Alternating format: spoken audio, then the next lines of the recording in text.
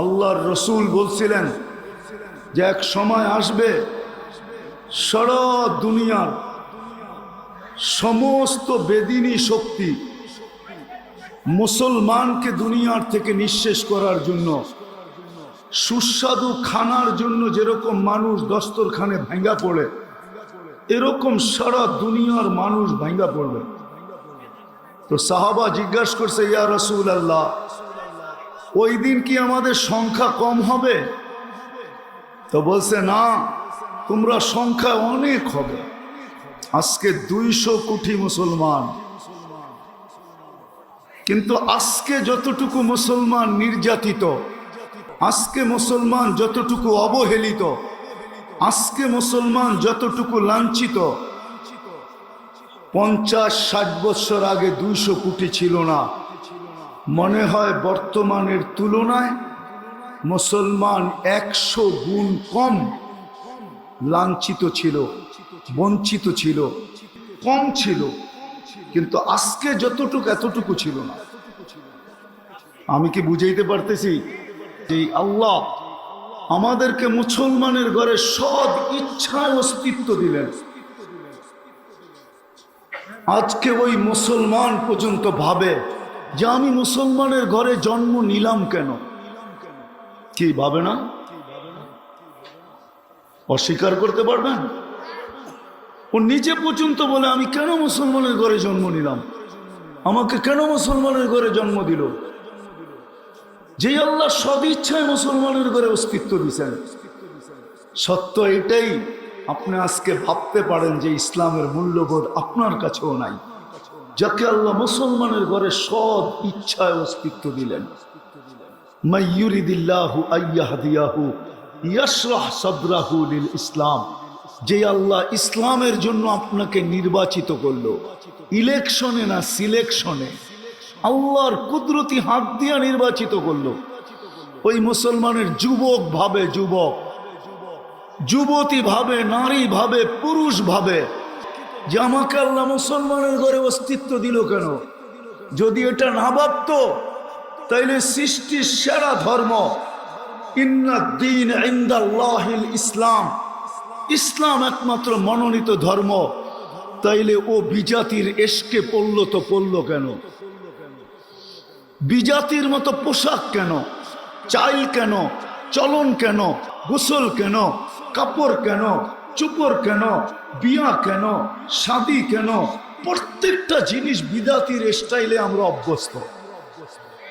নাইলে 14 তারিখ কি মুসলমানের কালচার?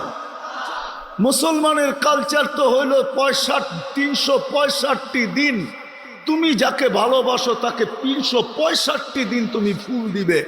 বিজাতির তরিকা তো হলো বৎসরে একদিন। কয়দিন? আর মুসলমানের তরিকা 365 দিন। মানুষকে ভালোবাসবে 365 দিন। মুসলমানের উচিত তো ছিল যে 31st নাইট যেদিন আসবে, ওই দিন সারা দুনিয়ার মুসলমান মসজিদে আল্লাহর কাছে সেজদায় পড়া দোয়া করতে থাকবে। আল্লাহ, সামনের যে বৎসরটা আসতেছে 12টা 1 মিনিটে, আল্লাহ ওইটা যেন মঙ্গল নিয়ে আসে, অমঙ্গল না নিয়ে আসে। এই দোয়ার ভিতরে 31st নাইটকে স্বাগত জানাবে।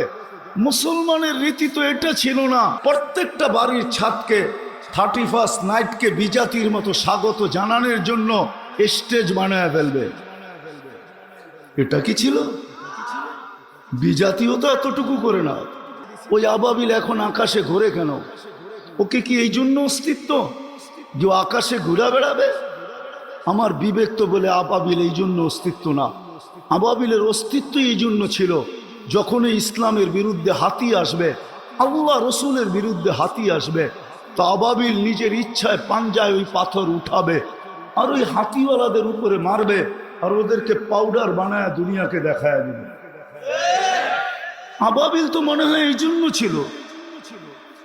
মশা তো তৈরি হয়েছিল এই জন্য।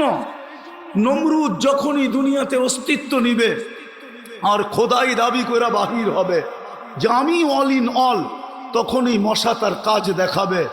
নমরুদি বাহিনীকে যেরকম মাটির সাথে নিঃশেষ করতে মিশায়া দিছে, নমরুদকে 400 বছর জুতার বাড়ি খাইতে বাধ্য করছে।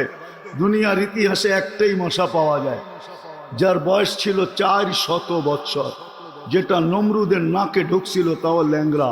আমাদের দিত ভালো, ল্যাংরা না। হাসার বিষয় না, বাবার বিষয়। আমি বাবাইতে চাইতেছি আপনাদেরকে, বিশেষ করে যুবক সমাজকে পায়ে হাত দিয়া বাবাইতে চাইতেছি, চিন্তায় বাধ্য করতে চাইতেছি, দিলের ভিতর থেকে বলতেছি, দিলের ভিতর থেকে।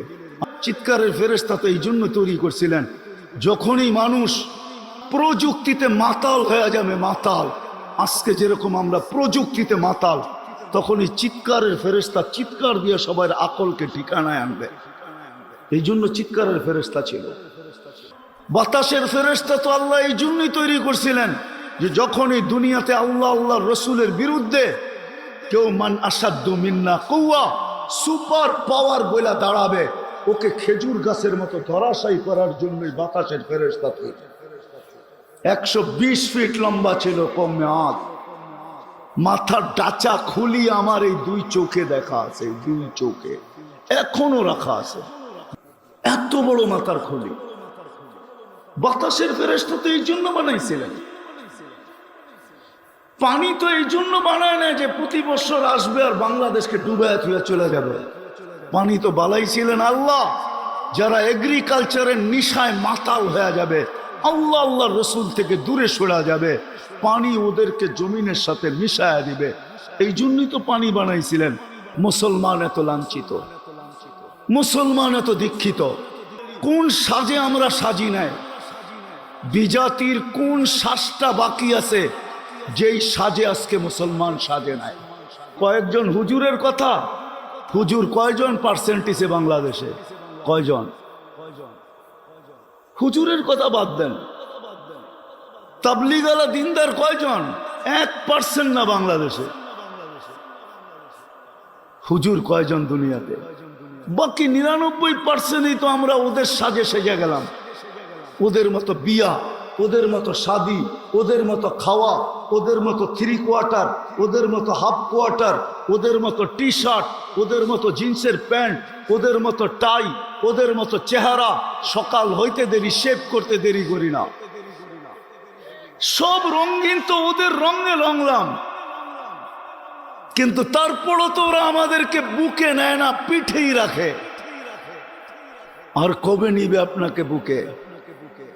মুসলমানও আমি নিয়ে যেতেছি জায়গায়, রব্বে কাবার কসম, যাকে আল্লাহ মুসলমানের ঘরে সদ ইচ্ছায় অস্তিত্ব দিচ্ছেন, সর্বশ্রেষ্ঠ নবীর উম্মত হিসাবে যাকে আল্লাহ নির্বাচিত করছেন, রব্বে কাবার কসম, যতই আমরা ওদের রঙে রঙ্গি না কেন, আল্লাহ বলে লা ইয়ানজুরু ইলা সুয়ারিকুম ওয়ালা ইলা আজসামিকুম।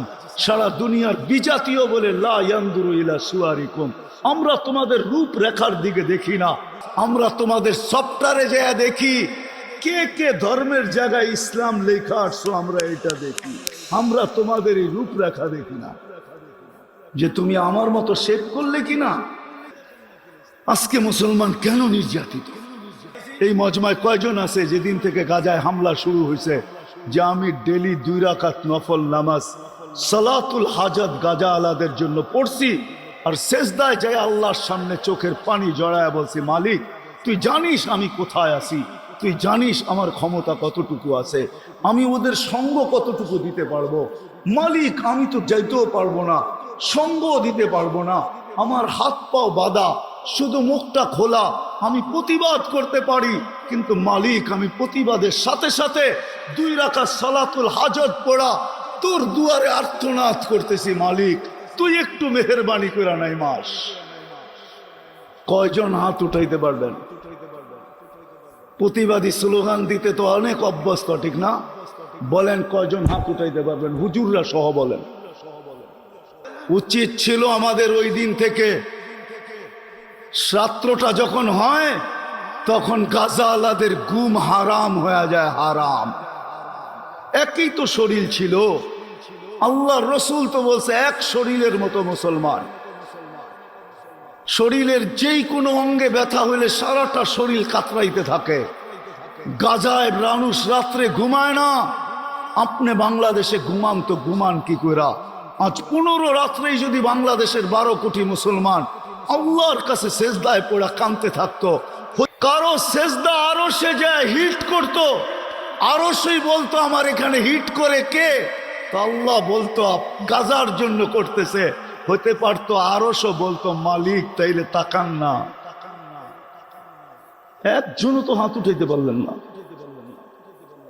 উচিত ছিল আমাদের ডেলি 2 রাকাত নফল পড়া, সালাতুল হাজত পড়া। শুধু প্রতিবাদী আমরা বিশ্বাসী, ঠিক না? কে কে আজকের থেকে পড়বেন? হাত উঠান। হ্যাঁ, ওয়াদা পাক্কা? আল্লাহ কবুল করুক নামা। উচিত ছিল আমাদের ডেলি 1 টাকা গাজার জন্য সদকা করা। আর সদকা তো তারুদ্দুল বালা। মালিককে নামায় নিয়ে আসেন না, আপনি কতক্ষণ লড়বেন? খুলিকাল ইনসানু যায়ীফা ওয়া হুয়াল কবিয়ুল আজিজ। শক্তিশালীকে নামায় নিয়ে আসেন না। 1 টাকা কয়জন সদকা করছি? উচিত ছিল ডেলি 1 টাকা সদকা করা। নিয়ত করেন 1 টাকা ডেলি গাজার নামে সদকা করেন, যে আল্লাহ গাজার মুসলমানদের জন্য, ফিলিস্তিনের মুসলমানদের জন্য, সারা দুনিয়ার মুসলমানের জন্য 1 টাকা সদকা করলাম। রব্বে কাবার কসম, হতে পারে আপনার সদকা এতটুকু পাওয়ারফুল হবে যে এইখান থেকে উঠবে আর ইসরায়েলে যে অ্যাটম বোম হয়ে পড়বে। কোন দেশের মানুষ কেস করছে 2020-এ করোনার বিরুদ্ধে? কে কেস করছে? যেটা বলতেছিলাম, যে যাকে আল্লাহ মুসলমানের ঘরে সদ ইচ্ছায় অস্তিত্ব দিছে আর মুহাম্মদুর রাসূলুল্লাহর উম্মত বানাইছে। রব্বে কাবার কসম, কোরআন আমাকে বলে, আজকে হয়তো আমিও ভাবি মুসলমানের ঘরে জন্ম নিয়ে কি লাভ হইল, কিন্তু একদিন আসবে অবশ্যই যেদিন সারা দুনিয়ার কাফের জাহান্নামে যাওয়া মুসলমানদেরকে টিটকারি করবে, ব্যঙ্গ করবে যে ইসলাম তোমাদেরকে কি কাজে দিল। ওই দিন আল্লাহর রহমত যখন জোশে উঠবে আর আল্লাহ জিবরিল আলাইহিস সালামকে বলবে আখরিজ। যে সারা জীবন ধর্মের জায়গায় মুসলমান লিখতে লিখতে কবরে চলে আসছে, জীবনে কিছু থাকার না থাক, ওকেও বাহির কর। যখন বাহির করবে তো সারা দুনিয়ার কাফের চিৎকার দিবে লাউ কুন্না মুসলিমিন। হায়, আমরা যদি নামদারি মুসলমান হইতাম, ওই দিন বুঝে আসবে ইসলামের মজা। চিরদিনের জন্য দুজক থেকে বাহির হবে, চিরদিনের জন্য জান্নাতে যেয়ে ঢুকবে। আজকে হয়তো বুঝে আসতেছেন। যদিও আল্লাহ বুঝানোর মতো নিদর্শন দিছেন যে দুনিয়া উম্মতে মুহাম্মাদি সবার মাথায় তাজ পরায়া দিছি একটা, সেটা হলো ওয়ালাকাদ কাররামনা বনি আদম। মানুষ সৃষ্টির ভিতরে সেরা। উম্মতে মুহাম্মাদি তোর মাথায় তাজ পরাইছি 2টা। কুনতুম খায়রা উম্মাহ, এটা দ্বিতীয় তাজ। প্রথম তাজ তো হলো ওয়ালাকাদ কাররামনা বনি আদম, মানুষ সৃষ্টির সেরা। দ্বিতীয় তাজ হলো দ্বিতীয় তাজ হলো কুনতুম খায়রা উম্মাহ, এটা হলো দ্বিতীয় তাজ আমাদের মাথায় পড়ানো। যদিও উম্মত হওয়ার কারণে দুইবার আল্লাহর কুদরতি হাত লাগছে আমাদের গায়ে, একবার জন্মলগ্নে, একবার বাছাই করবে হুয়াজতাবাকুম। আল্লাহ আমাদেরকে বাছাই। যুবক, জানো না তোমাকে উম্মতে মুহাম্মাদির অন্তর্ভুক্ত করার জন্য আমি তো আমারটা দিয়ে বুঝাইতে চাই। মনে হয় লক্ষ কোটি মানুষকে আল্লাহ কুদরতি হাত দিয়া বাছাই করার পরে আমি যখন কুদরতি হাতে উঠছি, তো আল্লাহ আমাকে উম্মতে মুহাম্মাদির অন্তর্ভুক্ত করার, যখন কুদরতি হাতে আমি উঠছি, না হইলে কোটি মানুষকে আল্লাহ কুদরতি চোখ দিয়া দেখছেন, পছন্দ হয় নাই। আমার উপরে যখন কুদরতের চোখ পড়ছে, তো আল্লাহ কুদরতি হাত দিয়া মুহাম্মদ রাসূলুল্লাহ উম্মত বানায় রেখেছে। আজকে বুঝে আসতেছে না, কিয়ামতের মাঝে বুঝে আসবে। আজকে মুসলমান নির্যাতিত হওয়ার জন্য সবচেয়ে বড় কারণ 3টা, আর কিচ্ছু না। মুসলমান এখনো তওবা করে ফিরে নাই, যদিও বারবার সিগন্যাল দিতেছেন লিউযীকাহুম বাযাল্লাযী আমিলু লাআল্লাহুম ইয়ারজিউন।